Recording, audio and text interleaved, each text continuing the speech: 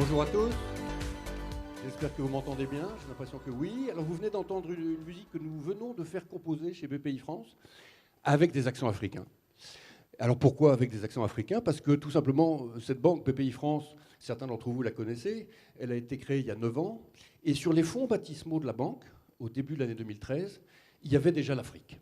Il y avait l'Afrique qui nous regardait. Et nous avons lancé notre premier plan Afrique au printemps 2013, c'est-à-dire pratiquement en même temps que tous les autres plans que nous lancions pour les entrepreneurs français. Nous souhaitions que les entrepreneurs français soient autant que possible connectés à l'essor extraordinaire de l'Afrique.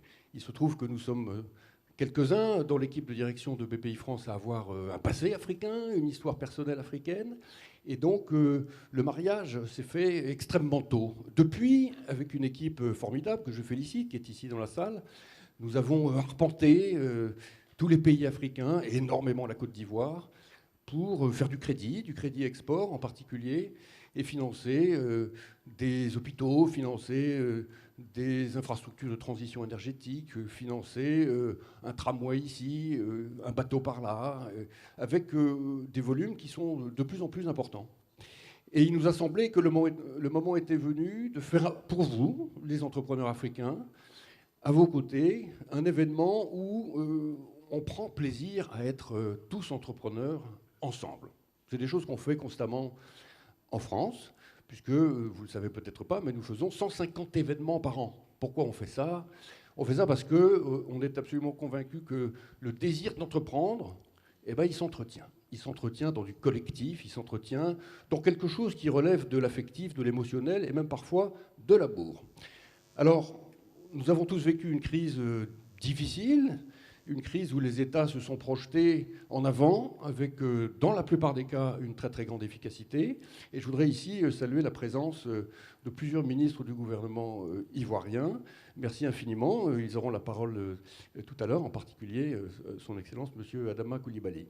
Je voudrais saluer également la présence du ministre du Commerce extérieur français, mon ami Franck Riester, qui me succédera également sur ce plateau. Les États ont donc, dans la crise du Covid, été particulièrement proactif et efficace. Alors la conséquence, bien entendu, c'est tout de même que les déséquilibres de finances publiques sont un peu plus graves qu'auparavant. Quelle est la solution? La solution, c'est partout dans le monde, pas qu'en France, pas qu'en Côte d'Ivoire, c'est 2 fois plus d'entrepreneurs. Voilà.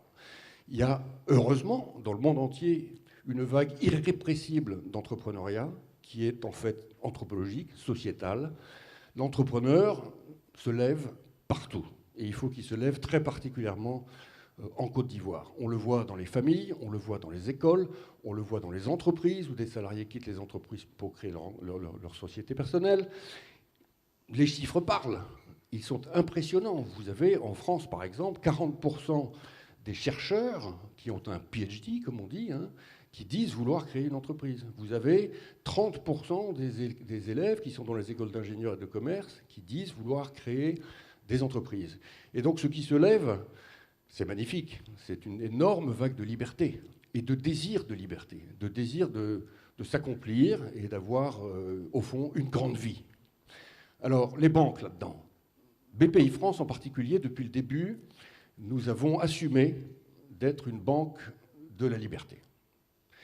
Une banque qui va, un peu comme un impresario d'entrepreneurs, permettre aux individus, des femmes, des hommes, de s'accomplir, et puis tout simplement de réaliser leurs rêves les plus fous.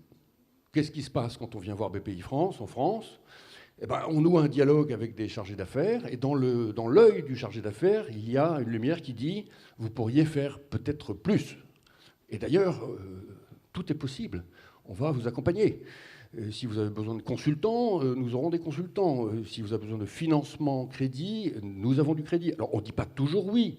Une banque n'est jamais la sécurité sociale. Ce n'est pas un guichet.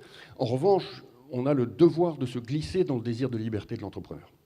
Et mine de rien, on s'aperçoit que dans un nombre incalculable de cas, des projets sortent. Beaucoup plus qu'on ne pouvait le penser. Donc, une banque ne doit pas être surplombante.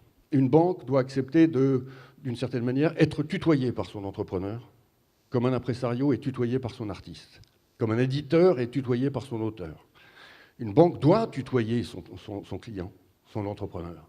Elle doit vivre avec lui, prendre ses coups de téléphone à minuit le dimanche. C'est ce que nous faisons chez BPI France. Et nous l'avons fait très particulièrement pendant la crise du Covid, puisque nous avons accompagné en direct 100 000 entrepreneurs et indirectement, au travers du programme monté par le ministère des Finances français, de prêts garantis par l'État, 660 000 entreprises. Avec cette philosophie-là, hein, qui est en fait fondamentalement une philosophie de décentralisation, de liberté et de confiance.